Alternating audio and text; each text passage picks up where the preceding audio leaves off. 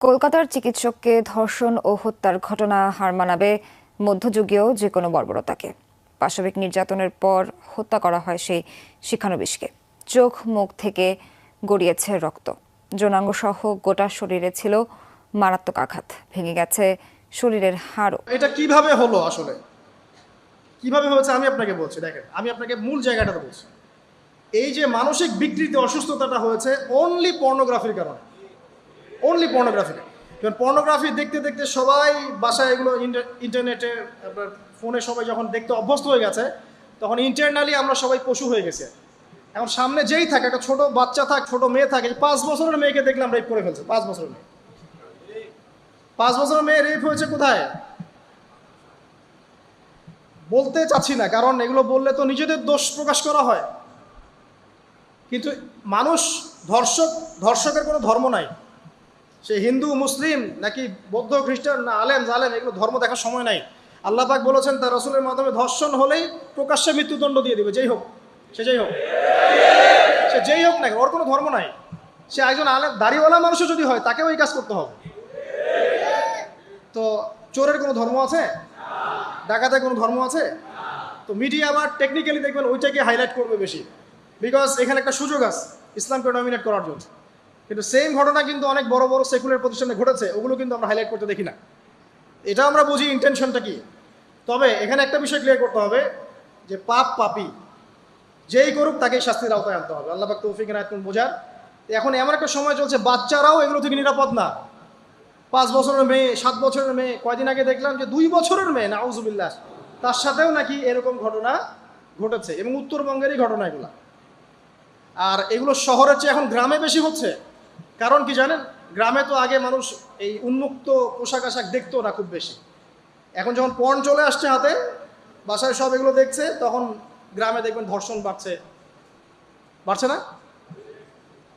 এটা নিয়ে আমি আলাদা লেকচার দিয়েছি যে কতগুলো ধর্ষণ হয়েছে এই পর্যন্ত। এই বছরই লাস্ট এই বছরই দেখবেন রিপোর্টেড 1337টা রেপের ঘটনা ঘটেছে এই বাংলাদেশে। এটি অ্যালার্মিং বিষয়।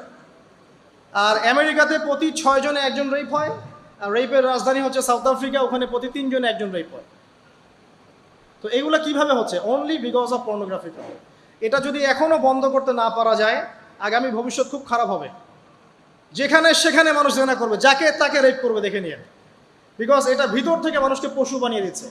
আমরা জানি এর পিছনে একটা বড় ইন্ডাস্ট্রি কাজ করে, যারা সারা বিশ্বে প্রায় $98 বিলিয়ন ব্যবসা করে পর্ন দিয়ে। শুধু আমেরিকায় ব্যবসা করে $12 বিলিয়ন, সারা বিশ্বে $12 বিলিয়ন বোঝেন? $1 বিলিয়ন কত কোটি বোঝেন? $100 কোটি। বিশাল একটা ইন্ডাস্ট্রি আছে, এর পিছনে টাকা কাজ করে, টাকা, অনলি টাকা। আর এখানে যা দেখানো হয় সবই ফেক, এগুলো কোনোটাই সত্য না। এটা শুধু একটা অভিনয়, আর কিচ্ছু না। তো এটা দিয়ে পুরো স্পেশালি মুসলিম যুবকদের ভিতরে এমন একটা পশুত্ব ঢুকিয়ে দেওয়া হয়েছে যে জেনা, ধর্ষণ, বেহায়াপনা এগুলো বাড়তেই আছে দিন দিন। এটা না কমানো গেলে এবং আইনের সুশাসন নিশ্চিত করা না গেলে ধর্ষণ কমবে না, জেনা কমবে না, ইফটিজিংও কমবে না, মেয়েদের অধিকার আর আদায় করা সম্ভব হবে না। এটা আমার মত। বাকিটা আপনারা ভেবে দেখেন, আপনারা অনেক বিজ্ঞ মানুষ আছেন, ভেবে দেখেন কি করলে এগুলো কমবে। যদি না ভাবি, আল্লাহ পাক কি করবেন জানেন? একটা হাদিস বলি খালি। জাইনাব বিনতে জাহাশ রাদিয়াল্লাহু আনহা তিনি বলছেন, ইয়া রাসূলুল্লাহ সাল্লাল্লাহু আলাইহি ওয়াসাল্লাম, আনুহলিকু ওয়া ফিনা সালিহুন, আমাদের মধ্যে সৎ লোক থাকা অবস্থাতেও কি আমরা ধ্বংস হয়ে যাব?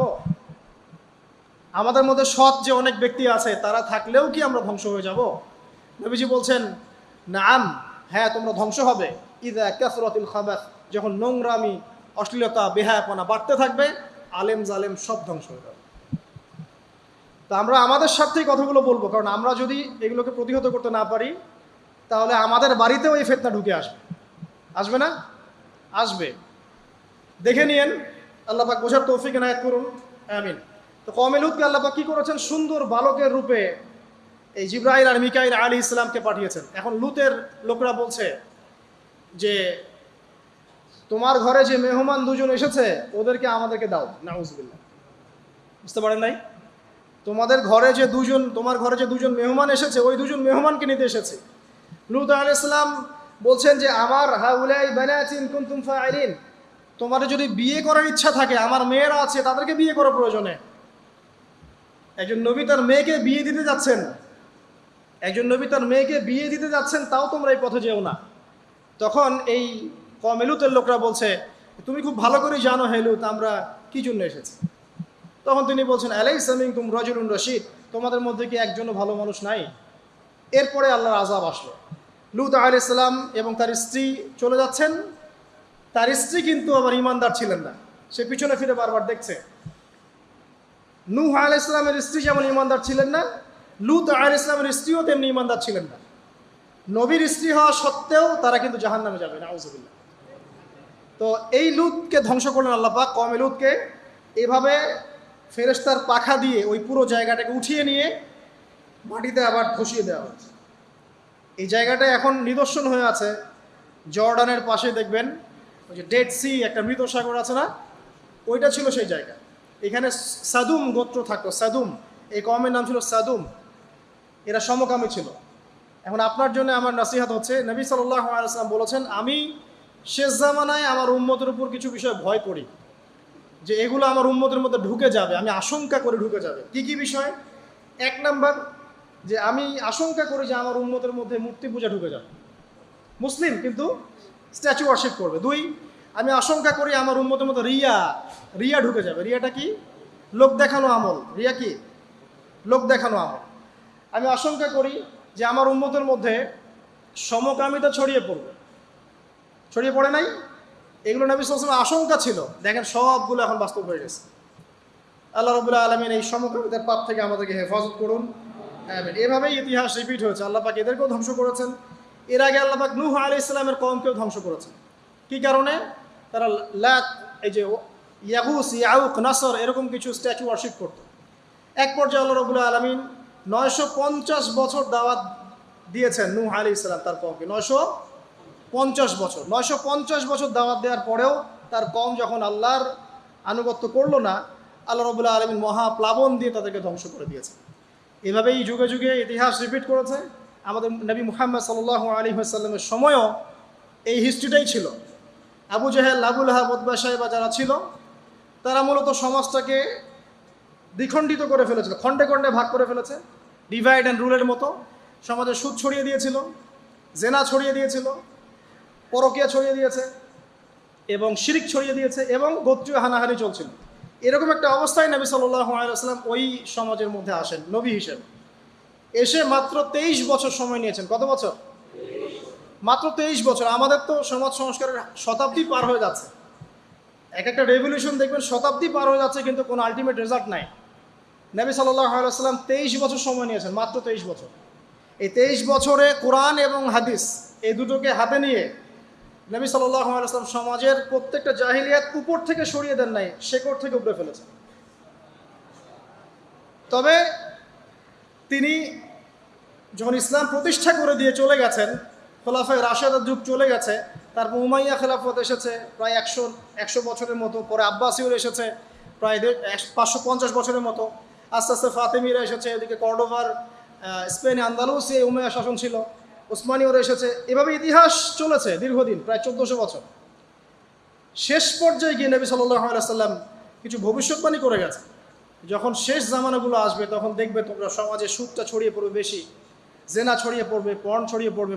পর্ন কথা তো তিনি বলেন নাই, বলেছেন অশ্লীলতা ছড়িয়ে পড়বে। এখন আমরা বলছি এটা পর্নোগ্রাফি।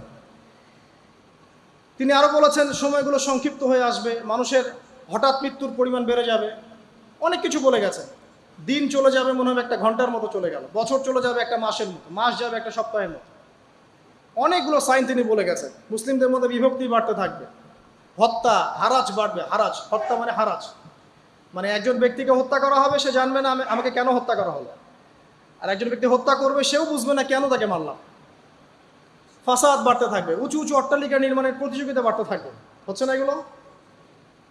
সমাজে ভালো মন্দের মানদণ্ড উল্টে যাবে। মানুষ সত্যকে মিথ্যা বলবে, মিথ্যাকে সত্য বলবে, মিথ্যাবাদীকে সত্যবাদী বলবে, সত্যবাদীকে মিথ্যাবাদী বলবে, আমানতদারকে খেয়ানতকারী বলবে, খেয়ানতকারকে আমানতদার বলবে।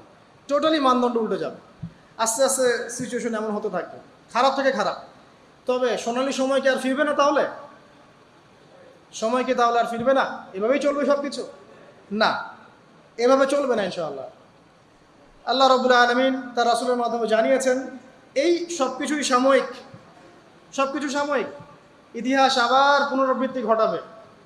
ইতিহাস সভ্যতা শুরু হয়েছিল একজন নবী দ্বারা, শেষও হবে আরেকজন নবী দ্বারা ইনশাআল্লাহ। সভ্যতা শুরু হয়েছিল আদম আলাইহিস সালামকে দিয়ে, আর শেষ হবে ঈসা ইবনে মারিয়ামের হাতে। শেষ জামানার সবচেয়ে ভাইটাল ক্যারেক্টার হচ্ছেন ঈসা ইবনে মারিয়াম। ইমাম মাহদী নন, ইমাম মাহদী সবচেয়ে ভাইটাল ক্যারেক্টার নন। সবচেয়ে ভাইটাল ক্যারেক্টার হচ্ছে ঈসা ইবনে মারিয়াম। তিনি প্যালেস্টাইন, জেরুজালেম থেকে পুরো ওয়ার্ল্ডে ইসলামিক খেলাফা রিস্টোর করবেন ইনশাআল্লাহ তাআলা। এবং তিনি নতুন কোনো শরীয়ত নিয়ে আসবেন না, নতুন কোনো ধর্ম নিয়ে আসবেন না, বরং তিনি এসে বরং ক্রুশ ভেঙে ফেলবেন। শুয়োরের মাংস যেটা, এটাকে একদম টোটালি হারাম করে ফেলবেন। জিজিয়া যে ট্যাক্সটা আছে এটাকে উঠিয়ে দিবেন। এবং তিনি 40 ইয়ার্স, হাদিসে এসেছে 40 বছর তিনি এই পৃথিবীতে থাকবেন। কত বছর? 40 বছর। ওই সময় সম্পর্কে এমন কথা এসেছে যে জাকাত নেয়ার জন্য একটা মানুষ খুঁজে পাওয়া যাবে না। আসতে কতদিন এটা আমরা বলতে পারবো না, এটা আল্লাহ পাক জানেন, আল্লাহ জানেন। এটা কতদিন এটা আমরা বলতে পারবো না, এটা বলার অধিকারও আমাদের নাই, বিকজ এটা গায়েবের বিষয়। আলামতগুলো আস্তে আস্তে আস্তে আস্তে ওইদিকে যাচ্ছে। এখন তিনি আজকেই আসুন আর কালকেই আসুন, ইমাম মাহদী আজই আসুক আর কালই আসুক, আপনার আমার দায়িত্ব চেঞ্জ হবে না। দায়িত্ব কি চেঞ্জ হবে? খুব সংক্ষেপে 2 মিনিট সময় নিচ্ছি যে আমরা যে কোনো সিচুয়েশনেই আমাদের দায়িত্বটা কি আসবে। 1 নাম্বার কথা হচ্ছে ভাই, যে বড় পরিসরে চিন্তা বাদ দিয়ে আগে ছোট পরিসরে আসেন। নিজের ব্যক্তি জীবনে আগে ইসলাম প্রতিষ্ঠা করেন, নিজে আগে পড়াশোনা করি, দিনের জ্ঞান অর্জন করেন, পড়াশোনা করেন, যে লাইনেই পড়াশোনা করছেন করেন, কিন্তু ইসলামটাকে, ইসলামের ফরজ, ওয়াজিব, সুন্নত, মোস্তাহাবগুলো শেখেন। ডাক্তার, ইঞ্জিনিয়ার হওয়ার কোনো আপত্তি নাই, তুমি বড় পলিটিশিয়ান হন, ইকোনমিস্ট হন, কোনো আপত্তি নাই, বাট ইসলামের বেসিক নলেজটা অর্জন না করে মৃত্যুবরণ করেন না আল্লাহর রাস্তায়। 2 নাম্বার, কোরআনকে সময় দেন, কোরআনটাকে স্টাডি করেন, হাদিসটা স্টাডি করেন, আল্লাহ পাক তৌফিক দান করুন, আমিন। এরপরে আমল বাড়িয়ে দেন, আমলটা বাড়ায় দেন। এখন সময় থাক 100 বছর আর 500 বছর বা 2 বছর, আমল বাড়ায় দেন। আপনার আমল আপনার সাথেই, কেউ কারো কবরে যাবে যাবেন। অতএব আমল বাড়িয়ে দেওয়ার চেষ্টা করি, আল্লাহ পাক তৌফিক দান করুন। আমল বাড়ানোর সবচেয়ে সেরা পদ্ধতি হচ্ছে রাসূল সাল্লাল্লাহু আলাইহি ওয়াসাল্লামের সুন্নাহ মতো জীবন গড়া, নবীর সুন্নাহ মতো জীবন গড়া। প্রত্যেকটা কাজ রাসূল সাল্লাল্লাহু আলাইহি ওয়াসাল্লামের সুন্নাহ মতো করেন, ইনশাআল্লাহ প্রতিটা কাজই নেকি হবে ইনশাআল্লাহ। আর কি বাড়াবো? আদর্শ পরিবার। এটা বারবার আমি একটা কথা বলি যে আদর্শ পরিবারের কোনো বিকল্প নাই। পারিবারিক আদর্শ, পারিবারিক মূল্যবোধ সবচেয়ে বড় শিক্ষা। এই শিক্ষাটা অন্য জায়গায় আপনি পাবেন না। সো পারিবারিক আদর্শটা ঠিক করার চেষ্টা করি আমরা। আমাদের বাচ্চাদের প্রতি সচেতন হই, কার সাথে মিশছে, কি করছে, ওদেরকে ডিভাইস এডিক্টেড হতে দিয়েন না, এত সহজেই স্মার্টফোন ওদের হাতে তুলে দিয়েন না। বাসায় ছোট ছোট মেয়েদের ব্যাপারেও সচেতন হন, তাদের ব্যাপারেও খেয়াল রাখেন, তাদেরকে নিরাপত্তায় রাখেন। পর্দা, এটা তো বলতেই হবে, এটার কোনো বিকল্প নাই। যে যাই বলুক না কেন, আপনার ইজ্জত সম্মান আপনার কাছেই, এর কোনো বিকল্প নাই। রাসূল সাল্লাল্লাহু আলাইহি ওয়াসাল্লাম এবং আল্লাহর বিরুদ্ধাচারণ করে আপনি প্রগতি অর্জন করতে পারবেন না, আপনি উন্নতি অর্জন করতে পারবেন না। পারতে পারেন, সেটা বস্তুবাদী, পরকালে এর কোনো অস্তিত্ব থাকবে? থাকবে না। আর কি করতে পারি আমরা? আমরা হালাল অর্থনীতি সার্চ করতে পারি। হারামে যারা যারা আছে আজকে তওবা করি, আজকের এই লেকচার যাদের কানে যাবে, আমরা দোয়া করি আল্লাহ পাক সবাইকে হারাম রিজিক থেকে ফিরিয়ে নিয়ে আসুন। বারবার একটা কথা বলি ভাই, আপনার আমল নামায় যতটুকু রিজিক আছে এর একটা দানা না খেয়ে আপনি মৃত্যুবরণ করবেন না, আপনার মৌত হবে না। এখন আপনার রিজিকটা আপনি কি অবৈধ পথে চাচ্ছেন না বৈধ পথে চাচ্ছেন, এটা আপনার ডিসিশন। আপনি যদি বৈধ পথে চান, ওই পরিমাণ রিজিক আপনাকে খাওয়াবেন আল্লাহ পাক, তারপর মৃত্যুবরণ করবেন। আর যদি অবৈধ পথে চান, সেটাই খাওয়াবেন, খাওয়ায় মৃত্যুবরণ করবেন। মানে আপনি ডিসিশন নেন কোন দিকে যাবেন। আর রিজিকের মালিক আল্লাহ আমরা খালি মুখে বলি, মনে কিন্তু বিশ্বাস করি না। মনে যদি বিশ্বাস করতাম তাহলে আমরা কিন্তু কখনো সুদের ধার ধারতাম না, আমরা ঘুষ দুর্নীতি করতাম না। কারণ আমরা করছি কেন? মনে করছি যে আমি এটা করলে রিজিক বাড়বে। আর আপনি যাদের জন্য এই কাজগুলো করছেন, আপনার স্ত্রী, আপনার সন্তান, আপনার পরবর্তী প্রজন্ম, 40 দিন সময় নেবেন আপনাকে ভুলে যেতে। 40 দিন সময় নেবেন আপনাকে ভুলে যেতে, দেখে নিন। কবর খুব একাকিত্বের জীবন। আসলে মৌতের যে যন্ত্রণার কথা আমরা বলি না, এটা সবচেয়ে বড় বিষয়টা কি জানেন? শারীরিক কষ্ট তো আছেই, এই যে দুনিয়ার সবার থেকে বিচ্ছেদ, এটাই হচ্ছে যন্ত্রণা। সবার থেকে বিচ্ছেদ না, সবার থেকে বিচ্ছেদ হয়ে চলে যেতে হয়, এটা সবচেয়ে বড় যন্ত্রণা। মানুষ একা থাকতে চায় না। ওই জেলখানায় যে মানুষকে বন্দি করে রাখে না, ওই একাকিত্বের কষ্টে মানুষ ভোগে। একা একা, আমি একা, কেউ নেই আমার সাথে। এটাই এর উপর যদি আবার টর্চার করা হয়, রিমান্ড দেওয়া হয়, তাহলে কি অবস্থাটা হবে বোঝেন। এই হলো কবর, এই হলো কবর। একটা ঘটনা বলে শেষ করে দেই যে একজন ব্যক্তি মারা গেছেন, আর মুসা আলাইহিস সালামের সময় মানে বানু ইসরাইলের কোনো এক নবী, আমি ঠিক নাম বলতে পারবো না যে কোন নবী, কারণ নামটা হাদিসে আসে নাই, কোনো একজন নবী আল্লাহর কাছে দোয়া করছেন, আল্লাহ মৃত মানুষের সাথে আমার একটু কথোপকথন করায় দাও, আমি জাস্ট একটু কথাবার্তা বলতে চাই যে মৃত মানুষটা কেমন আছে বা তাদের অবস্থাটা কি আমি জানতে চাই। তো আল্লাহ পাক সেই ব্যবস্থা করে দিলেন। তিনি একটা কবরের কাছে গিয়ে দাঁড়ালেন, একজন মৃত মানুষ উঠে আসলো। এটা সায়েন্স বিশ্বাস নাও করতে পারে, আমাদের কোনো মাথা ব্যথা নেই, ঠিক আছে। তো এবার তিনি তাকে জিজ্ঞাসা করছেন যে তুমি কেমন আছো, তুমি কেমন আছো, এই মুর্দাকে জিজ্ঞাসা করছেন। তিনি বলছেন আজকে থেকে প্রায় 500 বছর আগে আমার মৃত্যু হয়েছে। এই ব্যক্তি বলছেন আজকে থেকে প্রায় 500 বছর আগে আমার মৃত্যু হয়েছে, এখন পর্যন্ত আমার গা থেকে, আমার আত্মা থেকে মৌতের যন্ত্রণা দূর হয় নাই। লা ইলাহা ইল্লাল্লাহ। তো এই হচ্ছে অবস্থা। আমরা ব্যক্তিগত চিন্তাটা আগে করি, নিজের ফিকির, নিজের কবরের ফিকির, নিজের এলেম, নিজের আমল, নিজের পরিবার, নিজের রিজিক। যাদের জন্য হারামে যাচ্ছেন কেউ সাথে যাবে না, কেউ সাথে যাবে না, না আপনার গার্লফ্রেন্ড, না আপনার বউ বাচ্চা, কিচ্ছু না। এগুলো তো শুধু মায়ার বাঁধন, মায়ার বাঁধন না, মায়ার বাঁধন। যদি এগুলো নেয়ামত হয় আলহামদুলিল্লাহ, যদি এগুলো দুনিয়াতে আপনার ফিতনা সৃষ্টি করে, আপনি আসহাবুল কাহাফ হয়ে যান। কথা বুঝতে পারছেন না? এরপরে যদি সামর্থ্য হয়, আল্লাহ পাক আপনাকে জ্ঞান দেন, আপনাকে পলিটিক্যাল পদ দেন, ইকোনমিক সেকশনে জ্ঞান দেন, ইত্যাদি ইত্যাদি, আপনাকে আল্লাহ যে সেকশনে রাখবেন সেখান থেকে দিনের খেদমত করবেন, পারবেন না ইনশাল্লাহ? ডক্টর হয়েছেন, রোগীদের ফিস কমায় দেন, ট্রিটমেন্ট ইজি করে দেন। হ্যাঁ, ডক্টর হন, একজন ভালো ডক্টর হন, কসাই হয় না। ইঞ্জিনিয়ার হন, একজন সৎ ইঞ্জিনিয়ার হন, চোর হয় না। আপনি যেখানে থাকবেন সেখান থেকেই আপনি খেদমত করতে পারবেন। সবাইকে আলেম হতে হবে জরুরি না, সবাইকে দায়ী হতে হবে জরুরি না, এবং সবাই এটা হতেও পারবে না। এভাবে জাতি গঠন হয় না। আগে বলছি বিভিন্ন সেকশনে মানুষ আমাদের লাগবে, এবং প্রত্যেকটা সেকশনেই তাওহীদপন্থী ইমানদার মানুষ লাগবে। এবং ইনশাআল্লাহ তাআলা আমরা যদি সবাই সবার ধর্মটা ঠিকঠাক মতো পালন করি, দেখবেন ধর্মের মধ্যে কোনো ভেদাভেদ থাকবে না ইনশাআল্লাহ। যে যার ধর্ম পালন করুক, কোনো মন্তব্য করতে যাবেন না, ঠিক আছে? আপনি আপনার ধর্ম ঠিক মতো পালন করছেন কিনা এটার দিকে ফোকাস করেন। আল্লাহ পাক আমাদের সবাইকে তৌফিক ইনায়াত করুন কথাগুলো বোঝার, আমিন। আর সবশেষে যদি আমাদের এর চেয়েও বেশি কিছু করার সক্ষমতা থাকে, তখন আপনি দিনের প্রচার করবেন, প্রসার করবেন, তাবলীগ করবেন, আল্লাহর পথে মানুষকে ডাকবেন। এর চেয়ে বড় ব্যবসা হতে পারে না। কারণ আপনার দাওয়াতের মধ্য দিয়ে যত মানুষ আল্লাহর দিকে আসবে, যত মানুষ হারাম ছেড়ে হালালের দিকে চলে আসবে, সবার নেকি ইনশাআল্লাহ আপনি পাবেন ইনশাআল্লাহ।